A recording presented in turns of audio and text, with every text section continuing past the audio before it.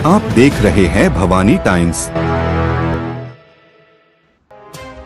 महाराष्ट्र राज्य महिला आयोग द्वारा महिलाओं की समस्याओं के निवारण और उनके अधिकारों को सशक्त बनाने के उद्देश्य से महिला आयोग आपल्या दारित जनसुनवाई कार्यक्रम आज बुधवार को गोंदिया के जिलाधिकारी कार्यालय स्थित नियोजन भवन में आयोजित किया गया।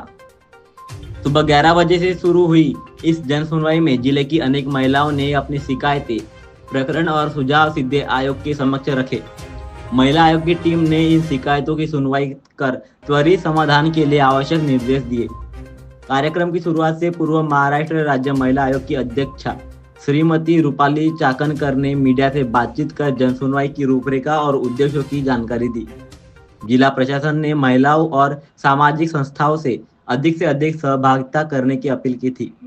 गोंदिया में आयोजित यह कार्यक्रम महिलाओं को उनके अधिकारों और कानूनी उपायों के बारे में जागरूक करने के साथ साथ उन्हें सरकारी योजनाओं का लाभ दिलाने की दिशा में एक महत्वपूर्ण पहल साबित हुआ।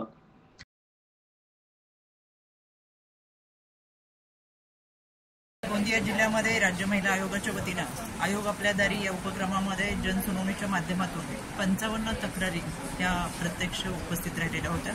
या तक्रारदार महिलांमध्ये सर्वाधिक प्रमाण हे कौटुंबिक हिंसाचाराचं होतं।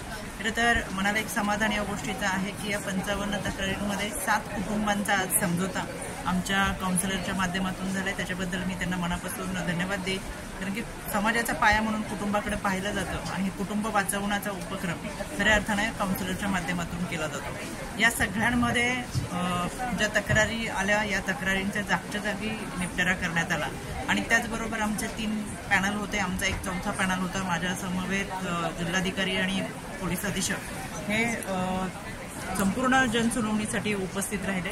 त्यांच्या माध्यमातून अनेक तक्रारींचा निकाल हा जागच्या जागी देण्यात आला।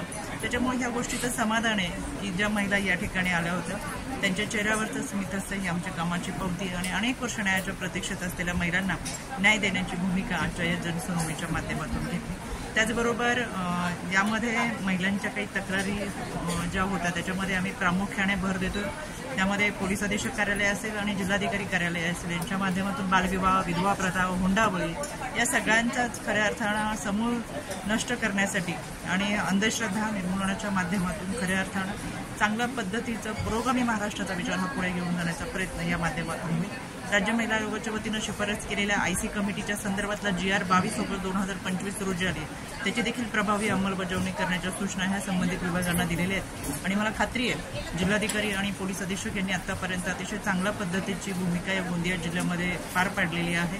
अतिशय सतर्क आणि चांगल्या पद्धतीची यंत्रणा या दोन्ही विभागाच्या माध्यमातून, त्याचबरोबर आमच्या CO कार्यालय असेल, विधी सेवा प्राधिकरण असेल, जिमोबा असेल, वन स्टॉप सेंटर भरोसा सेवा असेल यांच्या माध्यमातून देखील चांगल्या पद्धतीचे उपक्रम राबवले जातात। ज्या काही त्रुटी आमच्यामध्ये असतील ते भरून काढण्याचा प्रयत्न या माध्यमातून निश्चितपणाने केला जाईल। राज्य महिला आयोगाच्या वतीने या सगळ्या गोष्टींचा आलेल्या तक्रारदारांचा पाठपुरावा करून या सगळ्या तक्रारी निकाल तर काढलेल्याच आहेत, पण कोर्टाच्या माध्यमातून न्यायाच्या चौकटीतून जाणाऱ्या काही तक्रारी असतील तर त्या लवकरात लवकर बोर्डवर घेऊन त्यांना देखील न्याय देण्याचा प्रयत्न हा आमच्या विधी सेवा प्राधिकरणाच्या माध्यमातून घेतला जाईल। अतिशय चांगल्या पद्धतीने पार पडलेल्या या जनसुनवणीमध्ये आम्ही महिलांना न्याय देऊ शकलो ही निश्चित समाधानाची गोष्ट आहे आणि इतके कुटुंब एकत्र गोंदिया जिल्ह्यामध्ये आले ते समझोता त्यांच्यामध्ये झालेला आहे। खऱ्या अर्थानं काउन्सिलिंग सेंटरची जी जबाबदारी होती ती त्यांनी अतिशय उत्तमरित्या पार पडली आणि हेच आमचं उद्दिष्ट आहे की कुटुंब विभक्त होण्यापेक्षा एकत्र कुटुंब खऱ्या अर्थानं समाजामध्ये भक्कमपणे उभं राहील यासाठीचा हा प्रयत्न होता, तो यशस्वी होताना दिसतो। त्यासाठी त्यांना मनापासून शुभेच्छा। आप देख रहे हैं भवानी टाइम्स।